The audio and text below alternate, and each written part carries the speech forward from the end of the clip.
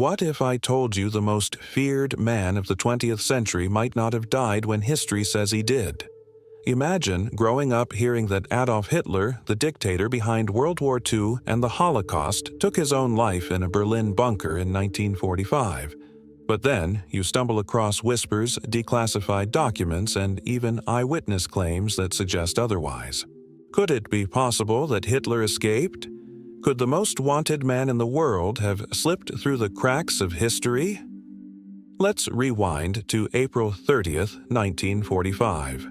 Berlin was in ruins. Soviet troops had surrounded the city. Inside a concrete bunker beneath the Reich Chancellery, Adolf Hitler and a few of his closest allies prepared for the end. That's the official story. Hitler shot himself, his wife Eva Braun took poison, and their bodies were burned in the garden outside the bunker. But here's the thing. What happened to their bodies after that is where the mystery begins. When Soviet forces finally reached the bunker, they claimed to have found charred remains.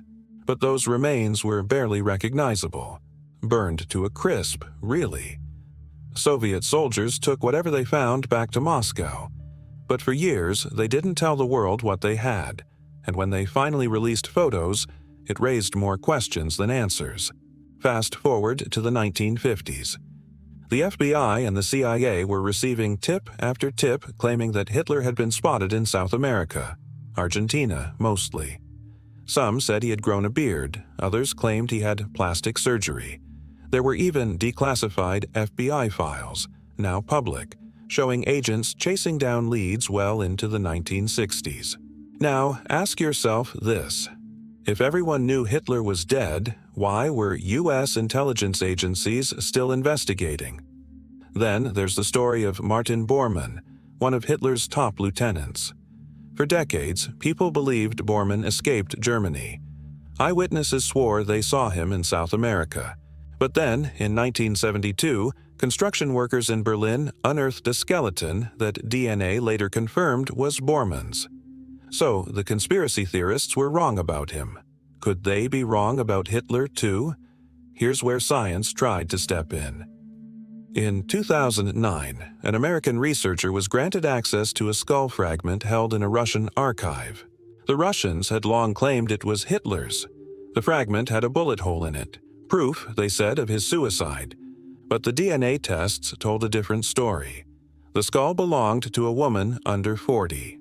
That's a massive red flag. If the skull wasn't Hitler's, what was? Let's think about motive. If Hitler did escape, how?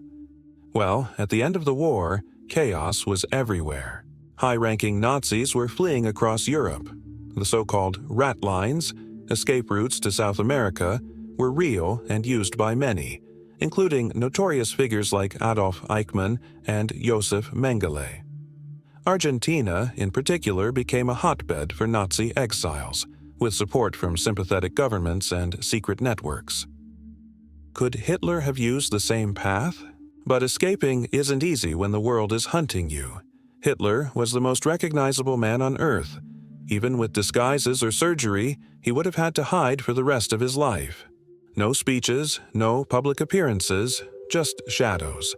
Could someone so obsessed with power and legacy really accept such a quiet, hidden life? And what about the people in the bunker? Several of them survived and were captured. They consistently said Hitler died by suicide. But then again, they were loyal to him. Could they have been protecting his secret? Or simply repeating what they were told to believe? Here's where psychology comes in. Humans are drawn to mysteries, especially ones where the villain might still be out there. The idea that Hitler escaped turns him into something like a ghost story or urban legend. It gives us a villain who never got caught, which is both terrifying and fascinating. And for some people, it's easier to believe he slipped away than to accept that he just died.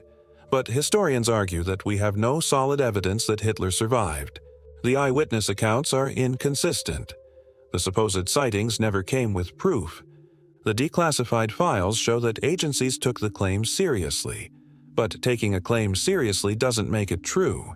It just means the world couldn't afford to be wrong if he had survived. In the end, we're left with possibilities, not certainties. Hitler most likely died in that bunker. It's the conclusion supported by most historians, by witness testimonies, and by circumstantial evidence. But the questions won't die, because a tiny amount of doubt has always remained. And maybe that's the point. Because sometimes history isn't just about what happened, it's about what we believe happened. And in the case of Hitler's death, the truth lives somewhere between the fire in that bunker and the long shadows cast over South America. So, did Hitler really die in 1945?